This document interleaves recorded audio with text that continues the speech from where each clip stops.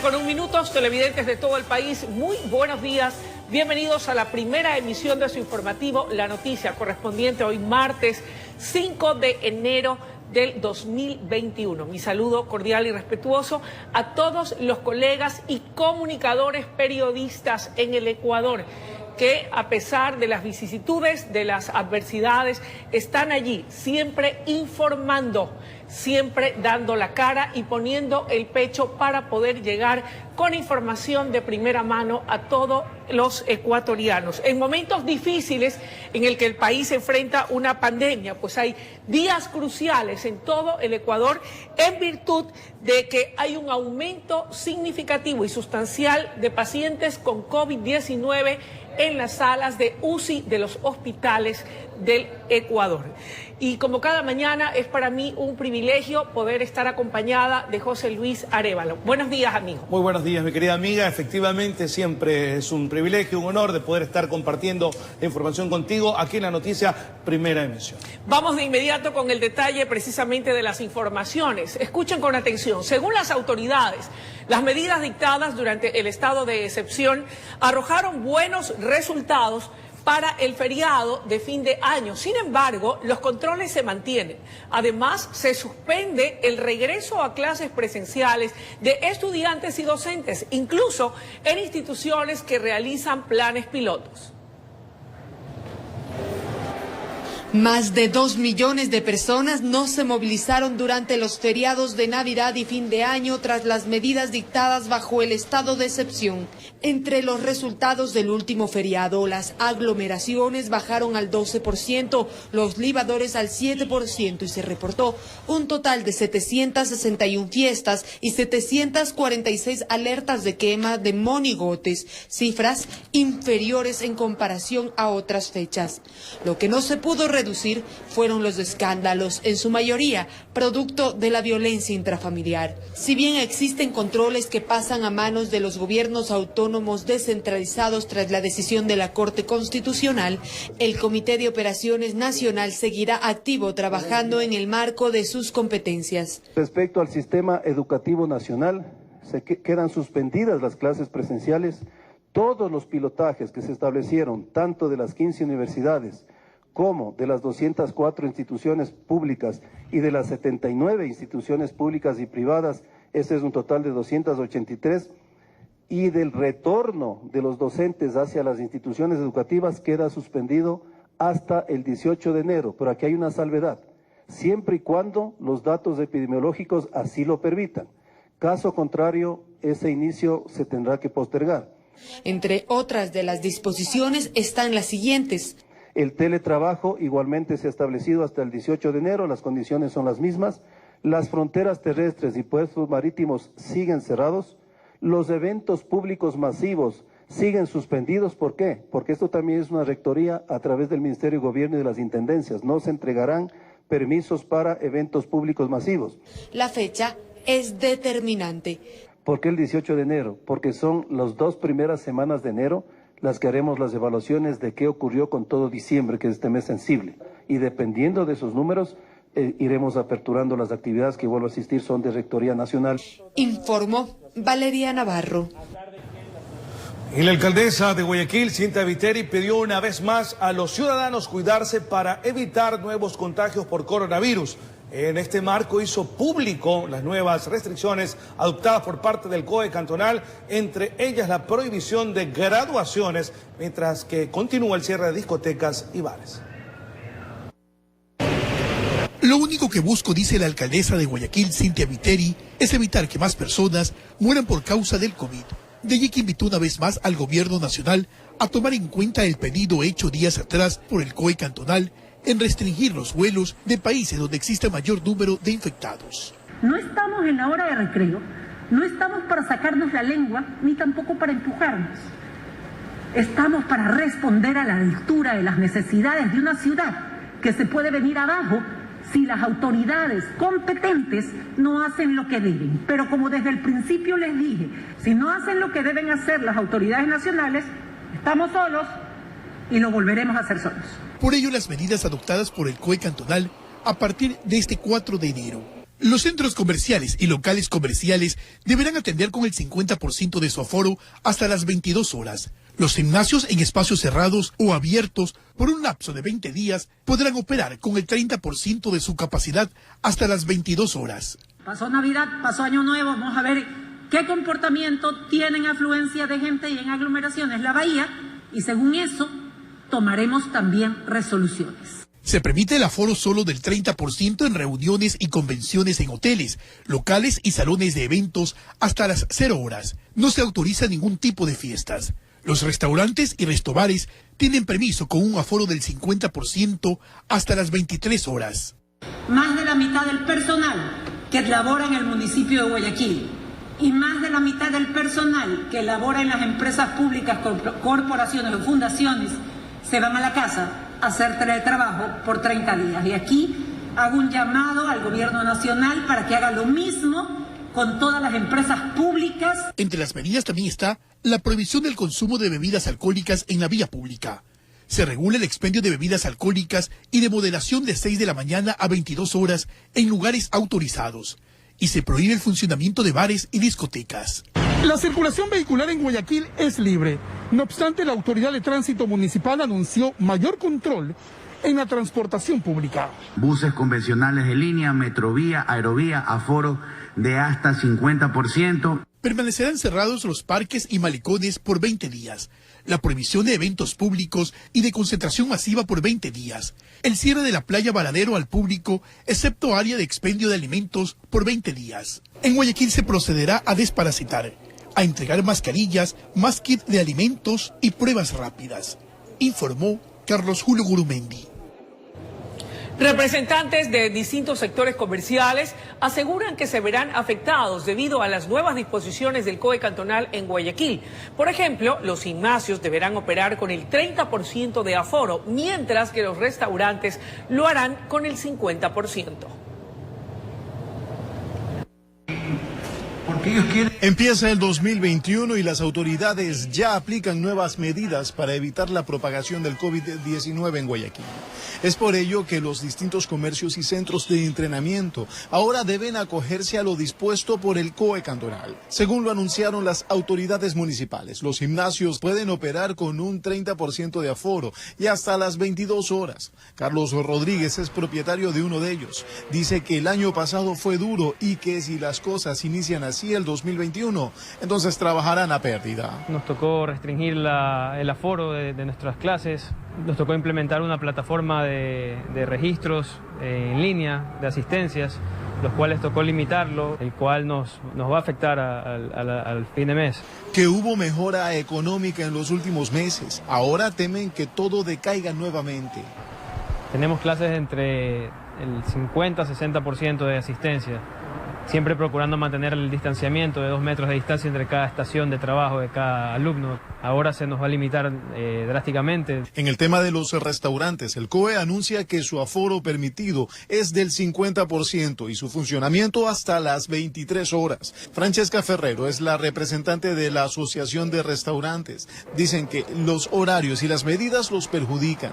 Somos el sector más golpeado a nivel económico, también somos el sector más restringido. Guayaquil hoy maneja el 50% de aforo, pero mantiene la restricción del consumo de bebidas con moderación, ¿verdad? De acompañantes hasta las 10, pero el permiso de funcionamiento es hasta las 11. Genera un poco de conflicto, ¿verdad? Además de que el tema viene más por el distanciamiento social, es decir, los propios ciudadanos deben de cuidar de ellos mismos, respetando las normas de bioseguridad, aseguran. Insisten, como también nosotros como asociación, insistimos en que el cuidado y depende de cada uno de nosotros. Pero aquí el fin es tener un plan de contingencia. Informó Julio César Saona. 11 casos de COVID-19 son reportados diariamente en la provincia del Carchi, la mayoría de ellos en estado crítico, lo que genera preocupación en las autoridades por un posible colapso del sistema de salud. Estos casos serían importados desde Colombia. Existe preocupación en las autoridades de la provincia del Carchi por el aumento de casos COVID. Las unidades médicas están en un 80% de la utilización de sus equipos y camas, lo que dificultaría un reporte amplio de casos confirmados por el feriado de fin de año. Se ha determinado que los contagios provendrían desde el vecino país y la falta del cumplimiento de las normativas de bioseguridad dentro de la población carchense. Estamos presentando más casos nuevos que muchos de las demás provincias. Estamos en cuarto lugar. En el hospital está con su capacidad llena en lo que es UCI y están llegando pacientes dentro de lo que es la complicación. El hecho de que se está pasando a Colombia, el vecino país, y hay casos es el índice alto de contagios allá, pues de hecho los están trayendo para acá y eso sí es un problema grave.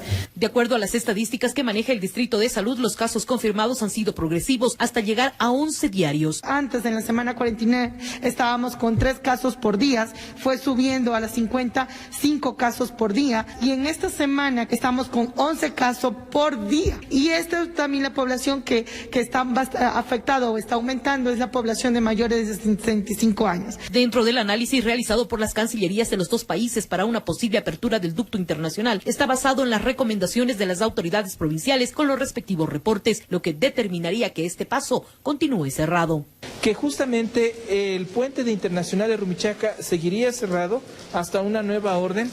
Tendríamos que consolidar la información con Colombia. Existe una notable diferencia entre los casos que se registran en las dos vecinas ciudades fronterizas. El cruce de personas por los pasos clandestinos no da tregua, pese a los operativos que se ejecutan en las denominadas truchas. Tulcán está aproximadamente con 2.102 casos e Ipiales con 2.952 casos. Con imágenes de José Cedeño desde Tulcán, informa Miriam Enríquez.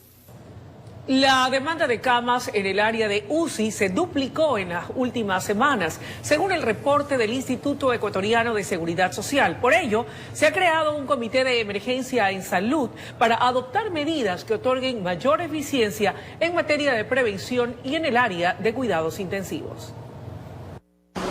Tras analizar los resultados obtenidos durante la última semana, el director general del IES asegura que la situación requiere de mayor número de camas en el área de cuidados intensivos a nivel nacional. ¿Qué es lo que ha sucedido entre la semana pasada y esta? A inicios de esta semana. Se ha duplicado los pacientes en espera de hospitalización para camas UCI. Por este motivo han iniciado ya las acciones respectivas en busca de incrementar las camas disponibles para cuidados intensivos.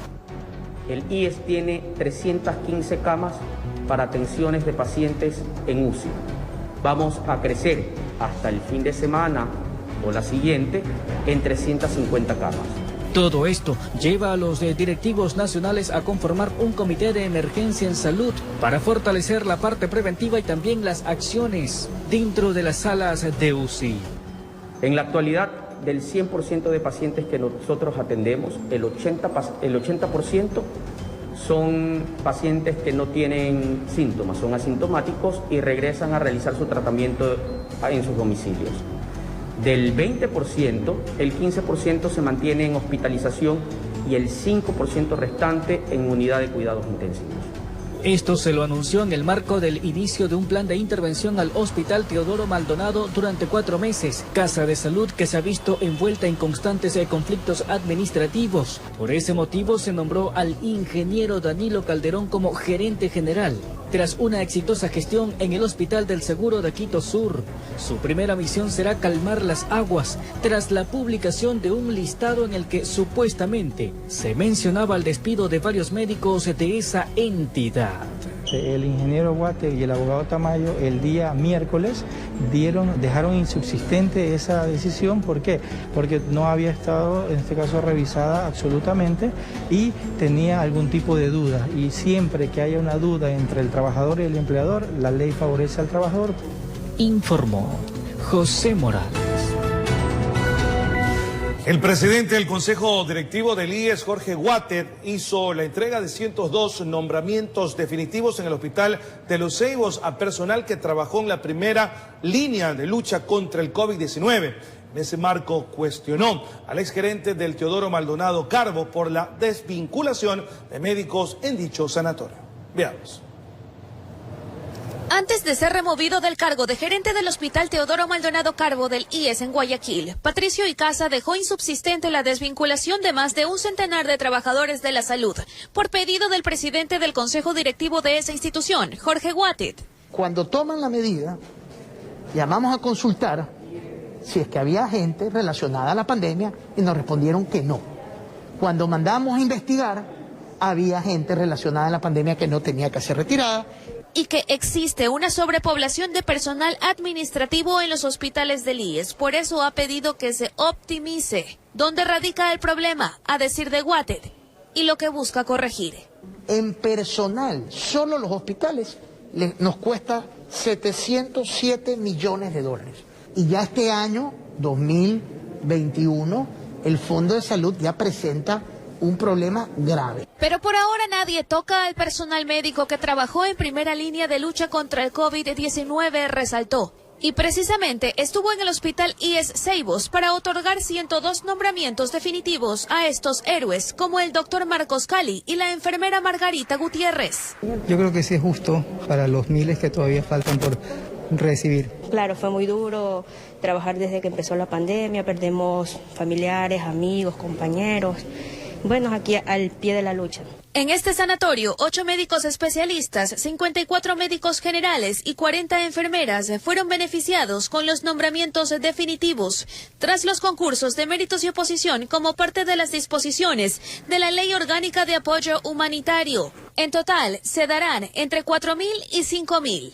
Pero yo me he puesto al frente a revisar este proceso para que no se cometa ningún tipo de equivocación e injusticia sobre la gente que sí trabajó en la pandemia, porque hubieron muchos que sí trabajaron, pero un montón que no trabajaron. Informó Adriana Peralta.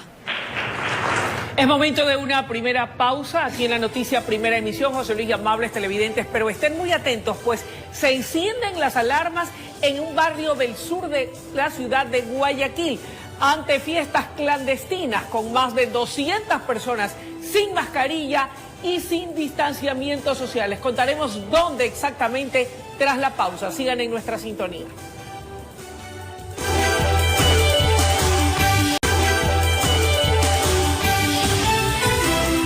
Muy bien, estamos de vuelta, amables televidentes, 7:21 de la mañana, nosotros con más información. Atentos.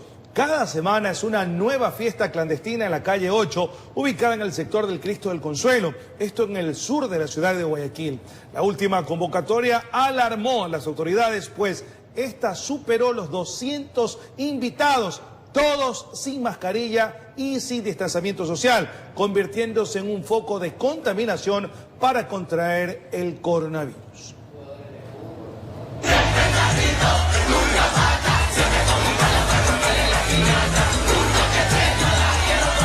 Desde Salsa Choque, pasaron por todos los estilos de música urbana, bailaron sin parar, más de 200 personas sin miedo a contraer COVID-19, farrearon por 2 días. Y es que aquí, en plena calle 8, ya se ha hecho costumbre, libar fuera de la ley, aglomerados y sin utilizar mascarilla.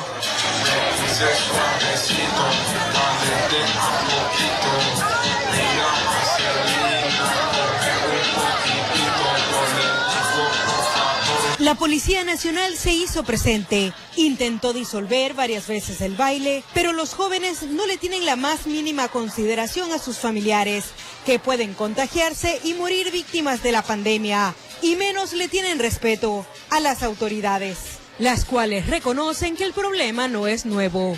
Desde hace algunos años atrás vemos que frecuentan al sector, empezando por gente de farándula, deportistas, futbolistas profesionales, inclusive, que ha intervenido ya en reiteradas ocasiones en el lugar. La policía hace su trabajo, inmediatamente después que el policía se retira, nuevamente se toman nuevamente la vía, y vemos también con sorpresa que en 2 o 3 casas en el sector han sido acondicionadas en sus patios posteriores, incluso como discotecas. Y adentro de las viviendas no pueden ingresar sin orden judicial. Se está poniendo ya en conocimiento de Fiscalía este hecho para que Fiscalía abra la indagación pertinente, la indagación previa que nos permita a nosotros a actuar. Este problema sociocultural también le compete al municipio de Guayaquil, que está tomando acciones al respecto.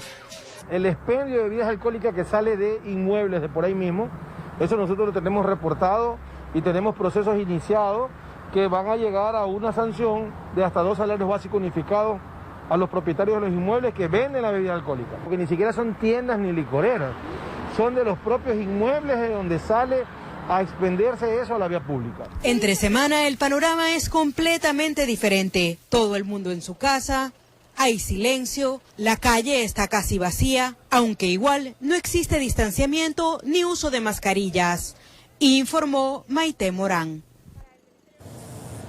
Y como consecuencia del irrespeto a las medidas de bioseguridad, algunos hospitales del país que atienden a pacientes con COVID-19 ya se encuentran al borde de su capacidad. El Ministerio de Salud anuncia refuerzos a las unidades de cuidados intensivos. Autoridades indican que los contagios por coronavirus ponen al borde al sistema de salud en Ecuador. La velocidad de transmisión del virus se ha incrementado en 17 provincias del país. Las aglomeraciones han producido mayor demanda en los hospitales, según lo informó el ministro de Salud, Juan Carlos Ceballos. Algunos de los hospitales, especialmente IES, especialmente ISPA, ISPOL, están al borde por la capacidad reducida de camas que tienen. Siempre doy el ejemplo del Teodoro Maldonado Carbo en Guayaquil. Es el único hospital del IES en toda la costa ecuatoriana que tiene UCI exclusivamente para COVID. Entonces llena rápido. A escala nacional, la ocupación de camas de hospitalización para casos COVID es de un 30%, mientras que en las unidades de cuidados intensivos es de un 68%. En Quito, la ocupación de camas hospitalarias es del 53% y camas UCI 90%. En Guayaquil, la ocupación de camas hospitalarias es del 67% y camas UCI 56%. Entonces, en este momento, solamente a nivel de Quito hay una expansión de 15 camas, pero a nivel nacional vamos a ir aumentando como sea necesario. Tenemos la capacidad, tenemos ahora ya la experiencia y tenemos los recursos. El sistema de salud se reactivará ante la demanda. Hemos vuelto a implementar, a abrir aquellas áreas de los hospitales que fueron adaptados en su momento durante julio y agosto, y vamos a seguir con este plan. La implementación de las camas UCI en términos de personal, en términos de cantidad de ventiladores, en términos de EPPs, en términos de medicamentos, esos son los ejes que nosotros estamos trabajando como para aumentar la capacidad. Aún se desconoce la fecha exacta en la que llegarán las primeras vacunas al país y tampoco existe evidencia de si la nueva cepa de COVID-19 de Reino Unido esté o no en Ecuador. No tenemos evidencia de eso porque tenemos, a pesar de que nosotros hemos hecho alrededor de una revisión de la secuenciación de 107 virus que están en la Universidad de San Francisco, en ninguno de esos se ha detectado la variante. Informó Valeria Navarro. Cientos de personas hicieron largas filas para poder acceder a citas médicas en los exteriores de los hospitales Eugenio Espejo y Vaca Ortiz en la capital de la República. Muchos de ellos se aglomeraron y no respetaron las medidas de bioseguridad. Mientras hacían la cola, hubo quienes descuidaron la mascarilla, quienes al notar nuestra presencia disimuladamente se la colocaron, o quienes también comían en plena vía pública. Al parecer se les olvidó las medidas de bioseguridad porque si no usaban mascarilla, distanciamiento menos. Ellos son parte de la larga fila que hubo la mañana de este lunes en los exteriores del Hospital Eugenio Espejo, el centro norte de Quito. Eran cuadras enteras para por lo menos llegar a la puerta, y aquí aglomeraciones, gente cansada de esperar que decidió mejor sentarse en las veredas. Y es que el motivo fue por las citas médicas. Esta mujer busca reagendar su cita, puesto que la llamaron para que lo haga este 4 de enero. De cardiología y de medicina interna. Luis Robalino es otro de los usuarios. Dice que lleva esperando más de 4 años por una prótesis para su esposa. También lo llamaron para reagendar la cita. Y miren, hablan de que nos cuidemos, ¿cómo van a poder cuidarnos si estamos amontonadísimos aquí? No hay medicamentos, no hay nada. María Tipán, en cambio, se cansó de esperar para solicitar ser atendida. Pero está una colísima, mejor me voy. Lo mismo pasó en el Hospital Vaca Ortiz, pero aquí entre la fila hay niños con sus padres, también buscando atención médica. Ruth Tipán Luisa lleva 1 año tratando de conseguir un turno para su pequeño en neurología. Ya es 1 año. Que no hay por la pandemia, porque no hay médicos por la pandemia. Nicole Almagro tiene a su bebé enfermo en brazos. Ella también sufre la misma historia. Espera ya 4 meses por un turno. Porque yo pude hablar con el médico tratante y me dijo que venga ahora para que me ayuden con un turno porque tienen que prepararle por una biopsia.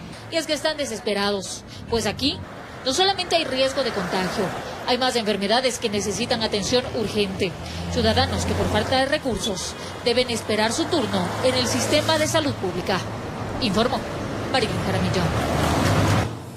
Y a esta hora de la mañana, José Luis y amables televidentes, vamos a salir de estudios para tomar contacto con Carlos Julio Gurumendi. Carlos Julio, buenos días, el país te escucha. ¿Dónde te encuentras y qué nos reportas? Luisa, muy buenos días, José Luis, amigos televidentes, buen día. Efectivamente, estamos nuevamente desde los exteriores del Hospital Bicentenario de Guayaquil, donde se han instalado carpas para la atención de pacientes que llegan con síntomas de COVID-19. Esa carpa, por ejemplo, que se instaló hace pocos minutos, es para recibir ya pacientes que llegan. Un total de 25 personas han llegado desde muy temprano en busca de atención de forma gratuita. Vale recordar que esta atención municipal es de forma gratuita, solamente debe traer su cédula de identidad y de inmediatamente pasa al triaje para atenderlo aquí en esta casa de salud. Conversamos con el doctor Iván Barreto, quien es director del Hospital Bicentenario de Guayaquil. Doctor, muy buenos días. La atención, ¿cómo se está llevando a cabo en estos momentos cuando hay una preocupación, una angustia de la ciudadanía debido a que las UCI de otros hospitales públicos como el IES están copadas con pacientes COVID? Aquí en el Bicentenario, ¿cuál es la situación? Buenos días, feliz día del periodista a todos los periodistas de RTS. Bueno, estamos un poco elevados en casos, en cuidados intermedios, en cuidados intensivos de aquí, en hospitalización también. En estos días ha sido una elevación de casos, ¿sí?, tanto de atención como de ingresos. ¿Elevados en cuánto, por ejemplo? Más o menos en 20-25% de atenciones y de ingresos hospitalarios. ¿Y la capacidad actual? Bueno, ahorita tenemos para 115 camas, ¿sí? Vamos a incrementarlas progresivamente, vamos a adaptar 40 camas más con oxígeno, que ya la tenemos listas. Y aparte de la tomografía y el rayos X que tenemos 24/7. Por ejemplo, doctor, hablemos de la persona que tenga ese síntoma, ¿no?, que llega aquí, ¿cómo es el procedimiento? ¿Llega?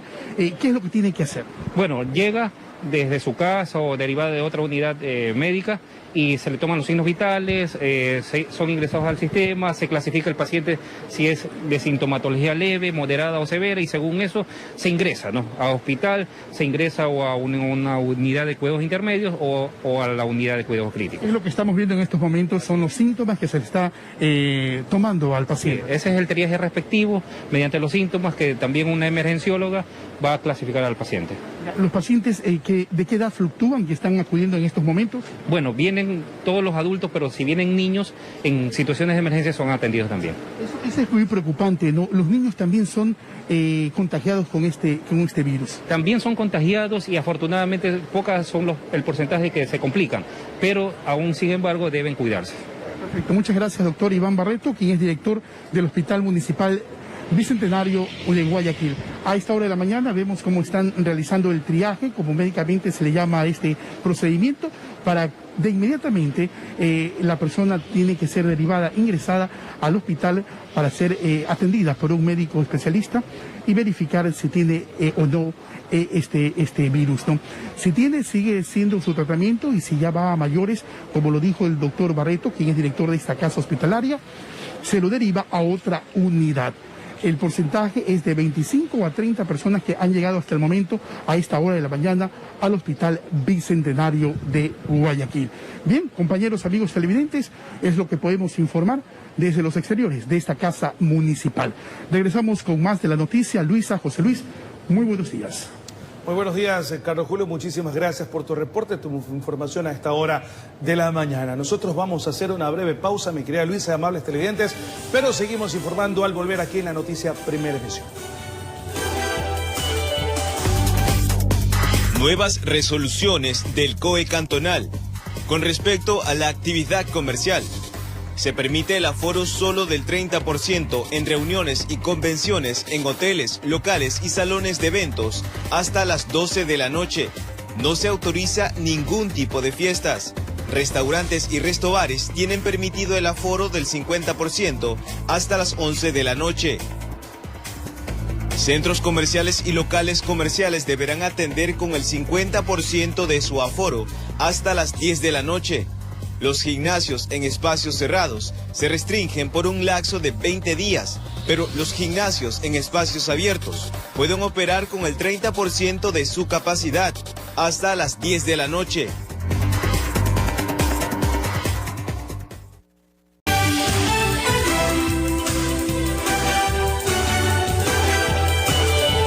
Amigos, gracias por seguir en nuestra sintonía. Seguimos con más información. Con el objetivo de recibir atención médica en centros hospitalarios de Guayaquil, 2 pacientes con problemas de salud viajaron en un avión de la Fuerza Aérea Ecuatoriana desde San Cristóbal, en el archipiélago de Galápagos. La aeronave arribó a la base aérea Simón Bolívar de la urbe porteña con un recién nacido y un adulto mayor, los cuales recibieron asistencia médica durante el vuelo. El bebé fue diagnosticado con síndrome respiratorio, mientras que el hombre de 65 años con insuficiencia renal aguda y dificultad respiratoria. Las autoridades gubernamentales actuaron en conjunto para salvar la vida a estas 2 personas. Y ahora queremos informarles que desde el 1 de enero del año 2021 entró en vigencia un acuerdo comercial entre Ecuador y Reino Unido que establece exoneración de aranceles para los productos ecuatorianos que entren al mercado inglés. Dicho convenio generará una continuidad de competitividad en los mercados internacionales para el sector exportador. Fue el propio ministro de Producción, Iván Ontaneda, quien anunció a través de su cuenta de Twitter la entrada en vigencia del acuerdo comercial entre Ecuador y Reino Unido, mismo que permitiría al 95% de la oferta de exportación del país entrar al mercado británico sin pagar aranceles. La negociación de este convenio se lo habría hecho en mayo del 2019 y es una continuidad comercial que Reino Unido sostiene con sus socios comerciales luego de su salida de la Unión Europea. Desde el sector exportador, expresan que alianzas comerciales como estas mantienen a los productos ecuatorianos con posibilidades de competir en igualdad de condiciones. Para el Ecuador es fundamental no solamente el gran potencial que se tiene en cuanto a millones de dólares de exportaciones hacia el Reino Unido, y la gran ventaja para el país es que esos productos agroindustriales encadenan mucho tanto en la producción y adicional a eso generan mucho empleo. Carlos Aldunvide, director ejecutivo de la Cámara de Comercio de Quito, resalta que este tipo de acuerdos brindan nuevas oportunidades a la industria ecuatoriana en el ámbito de producción e inversión para fortalecerla. Caso, por ejemplo, del brócoli, que ha ido subiendo la cantidad de vegetal congelado que se exporta a la Unión Europea, tiene un gran potencial de desarrollar empleo formal. Es importante también entender que un acuerdo comercial no es solamente un tema arancelario. A la larga, lo que hace un acuerdo comercial es fomentar la inversión en las 2 partes. A su vez, este sector productivo se ve obligado a cumplir estándares de calidad alto para cumplir con la exigencia del mercado internacional. El mercado del Reino Unido es sumamente exigente, o sea, no podemos tampoco pensar que simplemente por tener un acuerdo comercial ya está, no. Recalcan que la existencia de tratados como estos son primordiales para impulsar el crecimiento y reactivación, que no solo fortalecerá el sector exportador, sino también la economía del país. Informó Mauricio Sánchez. Y el Reino Unido se convirtió en el primer país en utilizar la vacuna del laboratorio británico AstraZeneca y la Universidad de Oxford contra el COVID-19, acelerando de esa forma la campaña de vacunación comenzada a principios de diciembre ante el agravamiento de la pandemia. Brian Pinker, un británico de 82 años, quien además es paciente de diálisis, fue el primero en recibir esta vacuna en el Hospital Churchill de la Universidad de Oxford. Mientras tanto, el primer ministro británico, Boris Johnson, anunció que ese país entrará en una cuarentena estricta hasta mediados de febrero para contener la nueva ola de COVID-19 ante la alarmante velocidad de que la nueva variante del virus se ha esparcido en esa nación. Muy bien, son las 7:41 de la mañana y ahora vamos a cambiar de tema para contarles que existe temor por los constantes robos perpetrados por una banda de 6 sujetos que se movilizan en 3 motocicletas, esto en el sector de La Prosperina, al norte de la ciudad de Guayaquil. Este lunes un ciudadano fue asaltado en las primeras horas de la mañana. Aquí las imágenes del momento exacto de este hecho delictivo. Faltaban pocos minutos para las 8 de la mañana cuando los antisociales lo vieron caminar solo por un callejón. Y así se regresan las 3 motocicletas.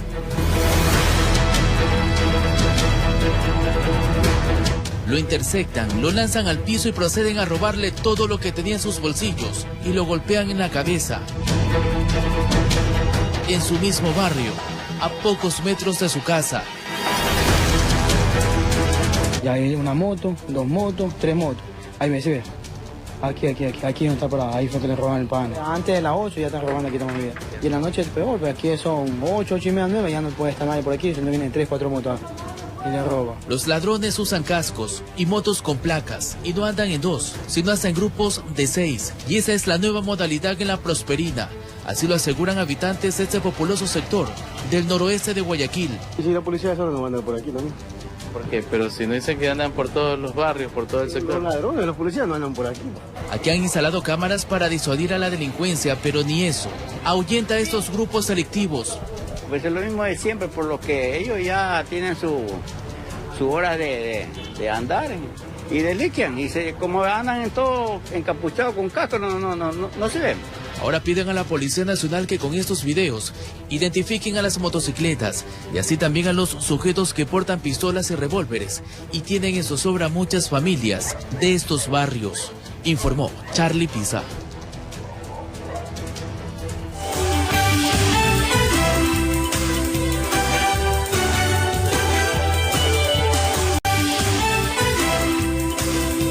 Estamos de vuelta con más información. Atención, amables televidentes. El Instituto Geográfico Militar ya tiene en sus manos el arte para iniciar con la impresión de la papeleta electoral de los candidatos presidenciales. El CNE confirmó que son 16 binomios, por lo que Álvaro Noboa quedó fuera de la contienda electoral.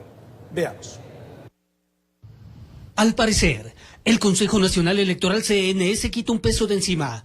Este lunes puso en conocimiento del Instituto Geográfico Militar el arte para la impresión de las papeletas para las dignidades de presidente y vicepresidente. Las candidaturas presidenciales en firme hasta el momento y sobre la cual el Tribunal Contencioso Electoral nos ha dado la certificación de que ya no existen recursos pendientes son 16. Con este anuncio de Enrique Pita, vicepresidente del CNE, el binomio Álvaro Noboa-Gino Cornejo, por justicia social, queda fuera, desvaneciéndose la posibilidad de que el empresario por sexta ocasión intente llegar a Carondelet. Álvaro Noboa quedaría ya fuera. Definitivamente. A ver, tanto a nivel del Consejo Nacional Electoral como a nivel del Tribunal Contencioso Electoral, ese es un asunto cerrado. Justicia Social no está participando en este proceso electoral para presidente de la República con un candidato para esa dignidad. Sin embargo, desde Justicia Social se mantienen firmes en que Noboa todavía tiene posibilidades, ya que existen recursos por resolver. No pueden enviar a imprimir las papeletas porque hay recursos que están pendientes dentro del Tribunal Contencioso Electoral. Eso lo hemos denunciado al país, al Contralor, y sería peculado en caso de que el Consejo Nacional Electoral haya enviado a emitir las papeletas. Y tendrían que volver a hacer un segundo pago para poner la candidatura de Álvaro Noboa. A pesar de esto, el Instituto Geográfico Militar ya tiene luz verde para poner manos a la obra e iniciar con la impresión de las papeletas presidenciales y de asambleístas provinciales. Es evidente que el trabajo del Instituto Geográfico Militar pasa por varias etapas. La primera etapa será la de entregarnos a nosotros el formato de cómo va a estar la papeleta para ser revisada y posteriormente entrar en su impresión masiva. Informó Héctor Romero. Y escuchen con mucha atención, durante este lunes las actividades de campaña de varios candidatos se centraron en mítines políticos y exposición de sus propuestas que las hicieron con gremios de la educación y del agro ecuatoriano.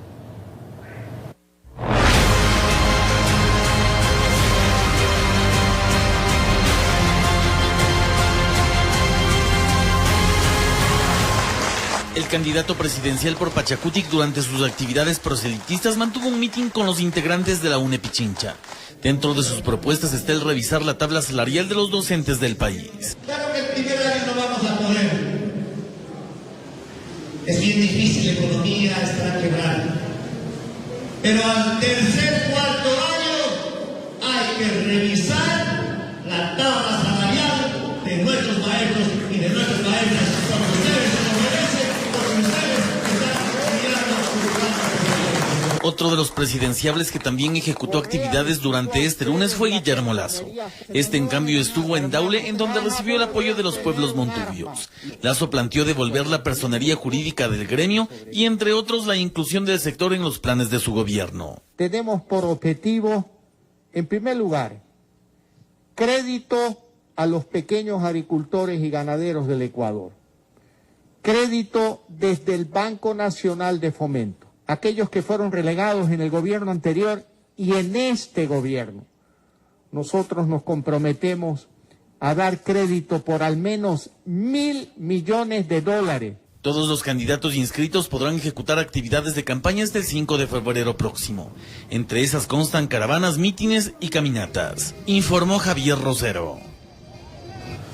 Y varios candidatos a la Asamblea Nacional cumplieron diversas actividades de campaña electoral. Los aspirantes al legislativo recorrieron provincias de la costa y también de la sierra. Empezaba la semana y las actividades de los candidatos a la Asamblea Nacional se intensificaban. Andrés Briones, del Movimiento Construye, se concentró en la provincia de La Suay, específicamente en la ciudad de Cuenca. Se refirió al apoyo que le dará al pequeño emprendedor. Estuvo junto a los demás candidatos provinciales. Impulsa el diálogo con los ciudadanos.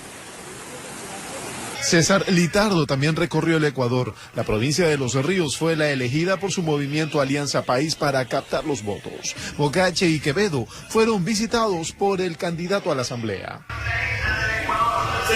Giovanni Atariguana escogió Quito para recorrerlo y dar a conocer los planes que tiene de llegar a la Asamblea. Junto al candidato presidencial Yacu Pérez, la bicicleta fue el medio de transporte por el que optaron. Siguiendo en la capital, Jimena Borges estuvo en la Plaza de la Independencia. Aquí conversó con los ciudadanos. Ella va con el respaldo del Partido Sociedad Patriótica. Y en Guayaquil, específicamente Distrito 1, la candidata a la Asamblea, Natalie Viteri, recorrió el sur de la urbe porteña, junto al candidato presidencial Guillermo Lazo y el exalcalde de Guayaquil, Jaime Nebot. Y el candidato a la Asamblea por el movimiento Suma, Mauricio Salén, se concentró en el Cantón Durán, informó Julio César Saona. La Asamblea Nacional regresa al trabajo desde este 6 de enero, pero el Consejo Administrativo no podrá funcionar por un mes debido a que 4 de los 7 integrantes tienen licencia para sus respectivas campañas electorales. La vacancia legislativa que inició el 16 de diciembre culminó y los asambleístas deben regresar a trabajar. Sin embargo, de 38 a 40 de los 137 legisladores están con licencia sin sueldo, pues se encuentran en campaña electoral, algo que limita el avance del trabajo del Consejo de la Administración de la Legislatura CAL, según César Solórzano, quien se encuentra al momento a cargo de la presidencia de la Asamblea. Y en el caso del CAL tenemos 4 asambleístas que no se encuentran, entonces no podemos tener quórum para poder sesionar. Quienes se encuentran en busca de una reelección de este u otro cargo son Ana Belén Marín, Rina Campaín, Cristina Reyes y César Litardo. La Ley Orgánica de Función Legislativa, en su artículo 112, establece que quien reemplace a su principal, que a su vez ocupa un cargo administrativo, no tendrá esa misma condición. y el CAL, que se encarga, por supuesto, de dar trámite a los juicios políticos y de aprobar las leyes o dirigirlas a las comisiones. En este momento nos puede causar incomodidad porque no tenemos una mayoría que nos permita dar quórum para poder continuar y dar trámite con lo que está pendiente, pero dentro de apenas termine campaña se van a reintegrar el resto de asambleístas y continuaremos con el trabajo en el CAL. Dada la situación, la primera sesión de la Asamblea ha sido convocada para el miércoles. Dando tiempo a que los asambleístas alternos puedan presentar la documentación para poder principalizarse. Los temas a tratar serán la Ley de Reactivación Económica de Esmeraldas y Manabí y la Ley de Recursos Hídricos. Sin embargo, la Ley de Extinción de Dominio se abordará pasado el 7 de febrero. Esperar hasta que vengan los asambleístas principales con quienes hemos venido discutiendo ya este proyecto de ley, con quienes hemos venido dando aportes para este proyecto de ley, que no sea una ley inconstitucional y que no perdamos la oportunidad real de luchar contra la corrupción. La revisión de las observaciones que hizo el Ejecutivo a la Ley de Movilidad deberá tramitarse de inmediato tras los plazos establecidos. La Asamblea Nacional aún desconoce la fecha en la que retornará a sus actividades presenciales. Informó Valeria Navarro. Y el exsecretario del Agua, Walter Solís, fue sentenciado a 8 años de pena privativa de libertad como culpable del delito de peculado. Junto a él, la misma sentencia recibió Marco R. La decisión fue tomada este lunes por el Tribunal Penal de la Corte Nacional de Justicia. De otros 4 procesados se ratificó el estado de inocencia. Y el gobierno de México ofreció asilo político al hacker australiano Julian Assange, tras conocer la decisión de la justicia británica de rechazar la extradición hacia Estados Unidos, que lo acusa de espionaje y abuso informático. Solicite al gobierno del Reino Unido la posibilidad de que el señor Assange quede en libertad y que México le ofrece asilo político. Este era el ofrecimiento del presidente de México, Manuel López Obrador, al activista y hacker australiano Julian Assange, tras el fallo del tribunal británico que rechazó su extradición hacia Estados Unidos. La decisión se tomó luego de declarar que Assange presenta riesgos de suicidio. Por su parte, el gobierno de Estados Unidos lamentó la decisión y anunció que la apelará. Estados Unidos acusa a Assange de 17 delitos por espionaje y abuso informático, tras revelar a través de Wikileaks las masacres perpetradas por el ejército estadounidense en Irak. En este sentido, Obrador señaló que Assange, en caso de aceptar el asilo, no deberá interferir en asuntos políticos del país. Informó Eric Zambrano. Y a través de su cuenta de Twitter, la Fiscalía General del Estado informó que un tribunal dispuso que se retire el grillete electrónico a Jocelyn Mieles, novia de Daniel Salcedo, y ordenó que se presente periódicamente ante la autoridad competente en el caso por fraude procesal por el que Mieles, Salcedo y el piloto Franklin Lara fueron sentenciados a 4 años de prisión y al pago de $4.000 de multa. A su lado, el tribunal negó la solicitud de Lara de la suspensión condicional de la pena. Y ciudades como Guayaquil y Daule iniciaron el primer día laborable del 2021, receptando los pagos correspondientes del impuesto predial. La alcaldía de Durán comenzará los cobros el 11 de enero. Varios ciudadanos acudieron como cada año a primera hora a tratar de cumplir con el trámite lo antes posible y acceder al respectivo descuento. Pretendían cancelar el impuesto predial directamente desde las ventanillas municipales, pero se encontraron con las puertas cerradas, un banner con información y personal municipal explicando el procedimiento a seguir. Pero me parece que está fácil esto en los bancos, sino que deberían informarlo más antes, ¿entiendes? Porque yo madrugo ahorita para venir a pagar esto. El Cabildo guayaquileño aspira a recibir alrededor de 27 millones de dólares por impuestos prediales. Los valores solo se receptarán mediante agencias bancarias e instituciones de recaudación para evitar aglomeraciones en los bajos del municipio, generando riesgo de contagios ante la pandemia del COVID-19. ¿Cómo es posible que nos manden a pagar a una agencia bancaria cuando nos van a cobrar incluso hasta más de lo que hace el descuento del municipio? Toda persona que va a hacer un pago en el banco, no hablemos de los prediales, de cualquier naturaleza, le van a cobrar esa misma comisión. En Daule también existe la alternativa de cobrar mediante agencias bancarias, pero sí mantienen su ventanilla disponible para este trámite. En la sede alterna de la parroquia Aurora se agregó un cobro adicional para los habitantes de ese sector, rubro que corresponde al uso del nuevo puente que conecta con la ciudad de Guayaquil. De acuerdo a la ley, el COTAC indica que cuando se realice una obra pública debe obtener el retorno a la inversión. Deben de cancelar el 1.34 por mil del avalúo de su propiedad. Bueno, en realidad pues creo yo que es de alguna forma pues yo creo que se ve reflejado en las acciones y más que nada pues en los impuestos que se tengan que pagar, pues, ¿no? Mientras tanto, en el Cantón Durán retrasaron el inicio del cobro de los predios. Esta demora se debe a que estaban adecuando los espacios necesarios para evitar concentraciones masivas, pero iniciarán desde el 11 de enero. Tanto en canales de entidades bancarias, en agencias bancarias, tanto en canales a través de transferencias a las cuentas del municipio o venir personalmente a las instalaciones del municipio.